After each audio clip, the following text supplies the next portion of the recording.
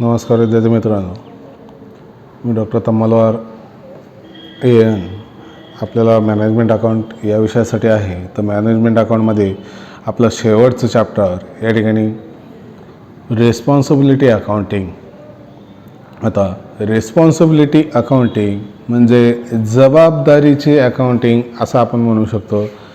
आता याचं थिअरी सांगायचं म्हटलं तर कशी कन्सेप्ट आहे, तर एखाद्या ऑर्गनायझेशनला किंवा एखाद्या कंपनीच्या ऑर्गनायझेशनला, संघटनला डिसिजन घेण्यासाठी या ठिकाणी हे रिस्पॉन्सिबिलिटी अकाउंटिंग महत्त्वाचं ठरतं.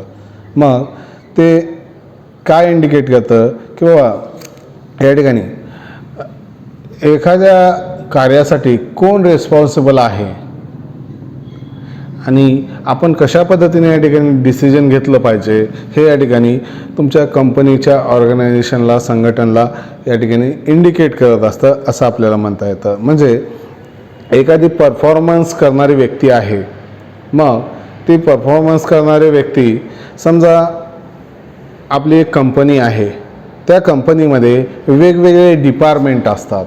सेल्स डिपार्टमेंट, परचेस डिपार्टमेंट, त्याच्यानंतर त्याच्यामध्ये प्रॉफिट डिपार्टमेंट म्हणू शकतो आपण, त्याच्यानंतर इन्व्हेस्टमेंट डिपार्टमेंट किंवा इन्व्हेस्टमेंट सेंटर, कॉस्ट सेंटर, हे सेंटर त्याच्यामध्ये आहेत. आता समजा कॉस्ट सेंटर हे कंपनीमध्ये आहे. कॉस्ट सेंटरचं काय काम असतं तसं आता या ठिकाणी आपलं प्रोडक्ट कशा पद्धतीनं आहे, ॲसेंबल आहे का डिसेंबल आहे, म्हणजे बनवलेलं आहे सुटे पार्ट आणून, का या ठिकाणीच मॅन्युफॅक्चरिंग होतं, त्यासोबतच त्याचं कॉस्ट किती आहे, पर युनिट किती पडतं, याचं कमीत कमी कसं झालं पाहिजे, त्याचे रिसर्च वगैरे करणं किंवा सर्च करणं, ह्याचं काम या ठिकाणी कॉस्ट सेंटर करत असतं असं आपल्याला म्हणता येतं. म्हणजे मी एखादी प्रोडक्ट तयार करतो आहे, हे प्रोडक्ट या ठिकाणी पहिल्यांदा असेंबल आहे का मॅन्युफॅक्चरिंग होतं. असेंबल म्हणजे इकडचे सुटे भाग आणायचे, इथं बनवायचं आणि विकायचं या पद्धतीनं. का मॅन्युफॅक्चरिंग आहे, मॅन्युफॅक्चरिंग असेल तर कच्चा माल कुठून आणायचा, किती रुपयानं आणायचा, या गोष्टी या ठिकाणी कॉस्ट सेंटरमध्ये असतात. आणि कॉस्ट सेंटरचं काय मुख्य काम तसं आणता ती मॅन्युफॅक्चरिंगची गोष्ट आहे किंवा ते प्रोडक्ट आहे, ते प्रोडक्ट आपल्याला किती रुपयाला पडतं हे या ठिकाणी कॉस्ट सेंटरला जबाबदार असतं. आता एखादी वेळेस कंपनीचं ऑर्गनायझेशन आलं आणि ऑर्गनायझेशनमध्ये असं दिसून आलं की अमुक एक गोष्ट आपल्याला 10 रुपयाला पडती पण आपल्या इथं 12 रुपयाला बनतीये, तर त्यावेळेस त्या ठिकाणी जे मॅन्युफॅक्चरिंगला रिस्पॉन्सिबल आहे कॉस्ट सेंटर, ते कॉस्ट सेंटर या ठिकाणी साधारणतः त्यांना प्रश्न विचारले जातात, त्यांच्यावर या ठिकाणी ब्लेम होत असतो किंवा हां 10 रुपयाला इतर ठिकाणी बनते आणि तुम्ही 12 रुपयाला बनतोय, तुम्ही कच्चा माल कुठून आणलेला आहे, मग मॅन्युफॅक्चरिंगचे टेक्निक कोणती वापरताय, लेबर कोणती वापरताय किंवा मशिनरी कोणती वापरताय, या गोष्टी या ठिकाणी महत्त्वाच्या ठरतात असं आपल्याला म्हणता येतं. हे आहे कॉस्ट सेंटरचं या ठिकाणी. म्हणजे रिस्पॉन्सिबिलिटीचे सेंटर आहेत बरं का कॉस्ट सेंटर. त्यानंतर प्रॉफिट सेंटर साधारणतः या ठिकाणी आपल्याला इन्कम जनरेट करण्यासाठी या ठिकाणी महत्त्वाचं आहे असं आपल्याला म्हणता येतं. म्हणजे इन्कम या ठिकाणी मिळवण्यासाठी या ठिकाणी प्रॉफिट सेंटर काम करत असतं. मग त्यामध्ये वेगवेगळे डिपार्टमेंट पाडून या ठिकाणी तुम्ही प्रॉफिट कसं वाढेल, म्हणजे आता एखादी कंपनी आहे, एखादी कंपनीमध्ये हे सेल्स डिपार्टमेंट, हे परचेस डिपार्टमेंट, हे सेल्स, त्याच्यानंतर मॅन्युफॅक्चरिंग डिपार्टमेंट, ऑफिस डिपार्टमेंट, हे डिपार्टमेंट करून तुम्ही वेल ऑर्गनायझेशन करताय, वेल संघटन करताय आणि त्या ठिकाणी साधारणतः नियंत्रण ठेवताय प्रत्येक गोष्टीवर. कशा पद्धतीनं या ठिकाणी तुम्ही हे सेंटर किंवा हे डिपार्टमेंट कशा पद्धतीने काम करतं, हे डिपार्टमेंट कशा पद्धतीने काम करतं, हे डिपार्टमेंट कशा पद्धतीने काम करतं, याला रेस्पॉन्सिबल कोण आहे, याला कोण आहे, यांच्यावर वॉच ठेवून तुम्ही या ठिकाणी प्रॉफिट वाढवू शकता असं आपल्याला म्हणता येतं. आता हे प्रॉफिट सेंटर या ठिकाणी मिळवण्यासाठी दोन या ठिकाणी सेपरेट या ठिकाणी काय म्हणता येत संघटन केले जातात.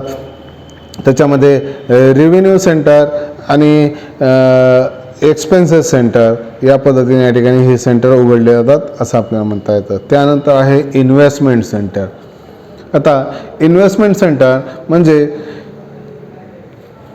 त्याचा एक फॉर्म्युला आहे, investment centre profit divided by investment centre assets into 100 is equal to return of investment. म्हणजे इन्व्हेस्टमेंटपासून आपल्याला किती रिटर्न्स मिळत आहेत हे त्या प्रॉफिट आणि त्या असेट्सच्या तुलनेमध्ये या ठिकाणी आहे असं आपल्याला म्हणता येतं. म्हणजे ही इन्व्हेस्टमेंट 10 लाख रुपयाची आहे, आपण 10 लाख रुपये इन्व्हेस्ट केलेले आहेत एखाद्या मशिनरीमध्ये, मग त्या मशीनपासून आपल्याला आउटपुट किती मिळतं आहे त्याचं पर्सेंटेज काढायचं झालं तर हा फॉर्म्युला तुम्हाला यूज होत असतो असं आपल्याला म्हणता येतं. म्हणजे investment centre profit divided by investment centre assets into 100 is equal to return of investment असं आपण म्हणू शकतो. आता ही इन्व्हेस्टमेंट करत असताना मी या ठिकाणी कंपनीवर वॉच ठेवतोय. कंपनीवर वॉच ठेवून या ठिकाणी वेगवेगळे डिपार्टमेंट या ठिकाणी तुम्ही त्याचं डिवायडेशन केलेलं आहे. सेल्स डिपार्टमेंट, परचेस डिपार्टमेंट, त्याच्यानंतर मॅन्युफॅक्चरिंग डिपार्टमेंट, त्याच्यानंतर ऑफिस डिपार्टमेंट, त्याच्यानंतर रेव्हेन्यू डिपार्टमेंट, एक्सपेन्सेस डिपार्टमेंट या गोष्टी या ठिकाणी आहेत. ॲडव्हर्टाइजमेंट आहे, हे डिस्ट्रीब्युशन डिपार्टमेंट. आता ह्या डिपार्टमेंटवर या ठिकाणी एक रिस्पॉन्सिबल व्यक्ती असते आणि ती व्यक्ती त्या डिपार्टमेंटची रिस्पॉन्सिबिलिटी घेत असते असं आपल्याला म्हणता येतं. मग ऑर्गनायझेशनला त्यांनी या ठिकाणी हे करत असतात, काय म्हणतात, कम्युनिकेशन करत असतात आणि जबाबदार कोण असतात तर ऑर्गनायझेशनला तीच व्यक्ती जी हेड आहेत ती व्यक्ती या ठिकाणी जबाबदार असतात असं आपल्याला म्हणता येतं. म्हणजे त्या संघटनेमध्ये सेल्स डिपार्टमेंटमध्ये जर काही कमी जास्त झालं तर त्याचा प्रमुख जो सेल्स एक्झिक्युटिव्ह आहे म्हणा किंवा सेल्स डिपार्टमेंटचा हेड या ठिकाणी तो जबाबदार असतो असं आपल्याला म्हणता येतं. आणि तो कुणाला जबाबदार असेल या ठिकाणी ऑर्गनायझेशनला, संघटनेला जबाबदार असेल किंवा कंपनीला जबाबदार असेल असं आपल्याला म्हणता येतं. आता हे करत असताना पूर्ण माहिती मिळते आणि कोणत्या ठिकाणी इन्व्हेस्टमेंट करायची जेणेकरून या ठिकाणी आपल्याला रिटर्न्स जास्त मिळतील हे या ठिकाणी पाहिलं जातं असं आपल्याला म्हणता येतं. ठीक आहे, या पद्धतीने या ठिकाणी ही थिअरी आहे. 3 सेंटर आहेत याच्यामध्ये, एक cost centre, profit centre, investment centre आणि पुन्हा एक त्याच्यामध्ये रेव्हेन्यू सेंटर या ठिकाणी पडत असतं. रेव्हेन्यू म्हणजे कराचं, या ठिकाणी कर किती बसतोय, काय बसतोय, कशा पद्धतीने बसतोय या पद्धतीनं. रिस्पॉन्सिबिलिटी अकाउंट म्हणजे एक प्रकारचं या ठिकाणी पिरॅमिड आहे असं आपल्याला म्हणता येतं. जसा एक त्रिकोण असतो, त्रिकोण या ठिकाणी या पद्धतीचं पिरॅमिड आहे. टॉपला जे कंपनीचं ऑर्गनायझेशन आहे ते आहे, त्याच्यातून पुन्हा डिपार्टमेंट पडतात, डिपार्टमेंटमधून डिपार्टमेंट हेड किंवा तिथले एक्झिक्युटिव्ह, त्यानंतर लेबर वगैरे किंवा लेबरचा हेड या पद्धतीने या ठिकाणी हे पडत असतात असं आपल्याला म्हणता येतं.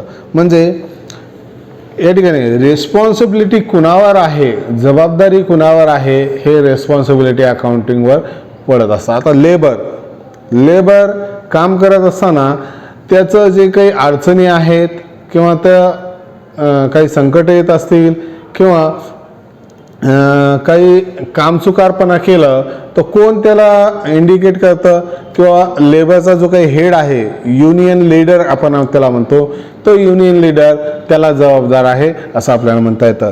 म्हणजे युनियन लीडरला या ठिकाणी सर्व लेबर या ठिकाणी विचारतील की बाबा आम्हाला ही वस्तू भेटत नाही, ती वस्तू भेटत नाही किंवा या ठिकाणी राहण्याची व्यवस्था नाही आहे, कॅन्टीनची व्यवस्था नाही आहे, या गोष्टी. त्यासोबतच जर काम करत नसाल तर युनियन लीडर त्यांना बोलाल आणि या गोष्टीसाठी कोण रिस्पॉन्सिबल असेल? Union leader. मग युनियन लीडर तसंच डिपार्टमेंटला त्या डिपार्टमेंटला या ठिकाणी रिस्पॉन्सिबल असेल असं आपल्याला म्हणता येतं. मग ते डिपार्टमेंट या ठिकाणी त्याची जबाबदारी घेत असतो असं आपल्याला म्हणता येतं. आणि ते डिपार्टमेंट पुन्हा या ठिकाणी ऑर्गनायझेशन किंवा संघटन किंवा जे MD आहे ते MDला या ठिकाणी रिस्पॉन्सिबल असतो असं आपल्याला म्हणता येतं. या पद्धतीनं हे आहे. आता एक एक्झाम्पल दिलं होतं, त्याच्यामध्ये या ठिकाणी तुम्हाला हेड बघायचे झाले तर प्रोडक्शन मॅनेजर. आता प्रोडक्शन मॅनेजर म्हटलं की प्रोडक्शन एका वस्तूचं होतं आहे का अनेक वस्तूचं होतं आहे? त्यामध्ये क्लॉथ डिपार्टमेंट आहे, सेविंग डिपार्टमेंट आहे, हे डिपार्टमेंट असू शकतात. त्यानंतर मॅन्युफॅक्चरिंग डिपार्टमेंट हे वेगळं असतं. त्यानंतर जे सेल्सचं काम करतात त्याला डायरेक्टर ऑफ मार्केटिंग म्हणतो. त्या मार्केटिंगमध्ये वेगवेगळे हेड असू शकतात. सेल्स रिप्रेझेंटेशन, त्याच्यानंतर सेल्स मॅनेजमेंट, त्यानंतर क्रेडिट डिपार्टमेंट, हे डिपार्टमेंट या ठिकाणी असू शकतात असं आपल्याला म्हणता येतं. आता एखादी कंपनी अशी असते की त्याच्यामध्ये वेगवेगळे प्लांट चालतात ABCD या पद्धतीनं. मग तो प्लांट मॅनेजर या ठिकाणी कुणाला रिस्पॉन्सिबल असेल तर फॅक्टरी मॅनेजरला किंवा MDला, मॅनेजिंग डायरेक्टरला. मॅनेजिंग डायरेक्टर कुणाला रिस्पॉन्सिबल असेल तर ऑर्गनायझेशनला, संघटनला या ठिकाणी असतं असं आपल्याला म्हणता येतं. या पद्धतीनं हे रेस्पॉन्सिबिलिटी अकाउंटिंग काम करत असतं. एक पिरॅमिड, तुम्ही त्रिकोण बघितलेला आहे. त्रिकोणामध्ये टॉपला जो आहे तो या ठिकाणी ऑर्गनायझेशन असतं आणि त्याच्या रिस्पॉन्सिबल या ठिकाणी हे हेड पडत असतात असं आपल्याला म्हणता येतं. आता या रेस्पॉन्सिबिलिटी अकाउंटिंगमध्ये 3 सेंटर आहेत: cost centre, profit centre, investment centre आणि रेव्हेन्यू सेंटर. या पद्धतीने या ठिकाणी आहेत असं आपल्याला म्हणता येतं. आता याच्यामध्येच प्रॉब्लेम सोडवत असताना एकदम सोपा आहे. जास्तीत जास्त मी 2 ला 3 प्रॉब्लेम घेणार आहे आणि हा चॅप्टर संपवणार आहे. तर याच्यामध्ये या ठिकाणी 2 बजेट दिले जातात. एक ॲक्च्युअल बजेट आणि एक बजेटेड बजेट. म्हणजे तुम्ही बजेट ठरवलेलं आहे तेवढं बजेट या ठिकाणी दिलं जातं आणि एक ॲक्च्युअल बजेट दिलं जातं. आता या दोघांचं कंपॅरिझन केलं जातं. आता तुम्ही जर ठरवलंय एखादी गोष्ट 50 रुपयामध्येच झाली पाहिजे, ठीक आहे, 50 रुपयामध्ये झाली पाहिजे असं ठरवलंय, तर त्यावेळेस ते 50 रुपये लागले तर या ठिकाणी इट्स ओके. किंवा 50 रुपयाच्या खाली 40 रुपये लागले तर ओके, चांगलं आहे, गोष्ट ओके झाली. आपण ठरवलं होतं त्याच्या कमीनं या ठिकाणी रक्कम आपली गेलेली आहे किंवा आपल्याला कमीनं या ठिकाणी मिळालेलं आहे, म्हणून त्याला फेवरेबल असं म्हटलं जातं. ठीक आहे. आणि बजेटच्या वर जर गेलं, बजेटच्या वरती जर गेलं म्हणजे 50 रुपयाच्या वरती 60 रुपये लागल, 51 रुपये लागल, 55 रुपये लागल, बजेटच्या वरती गेलं मग ते कोणतीही गोष्ट असो, फक्त नेट प्रॉफिट सोडून त्याला फेवरेबल अनफेवरेबल करायचं नाहीये. बाकी सर्व गोष्टीला या पद्धतीने या ठिकाणी करायचं. बजेटच्या वरती गेलं तर ते अनफेवरेबल राहील असं आपल्याला म्हणता येतं. म्हणजे एखादी प्रोडक्शन मी 5 रुपयाला करतो असं जर म्हटलं आणि ते प्रोडक्शन मला 4.5 रुपयालाच पडलं, फेवरेबल. आणि ते 5 रुपयाच्या वरती गेलं, 5.5 रुपये गेलं, 6 रुपये गेलं, अनफेवरेबल. मग ते कोणतंही असेल, डायरेक्ट वेजेसचं असेल, डायरेक्ट लेबरचं असेल, एक्सपेन्सेसचं असेल, त्यानंतर वेगवेगळ्या डिपार्टमेंटचे युटिलिटीज असतील, त्याच्यानंतर सेल्स मधले काही खर्च असतील, उत्पन्न असेल, सर्व गोष्टींना या ठिकाणी फेवरेबल आणि अनफेवरेबल या पद्धतीने करायचं आहे.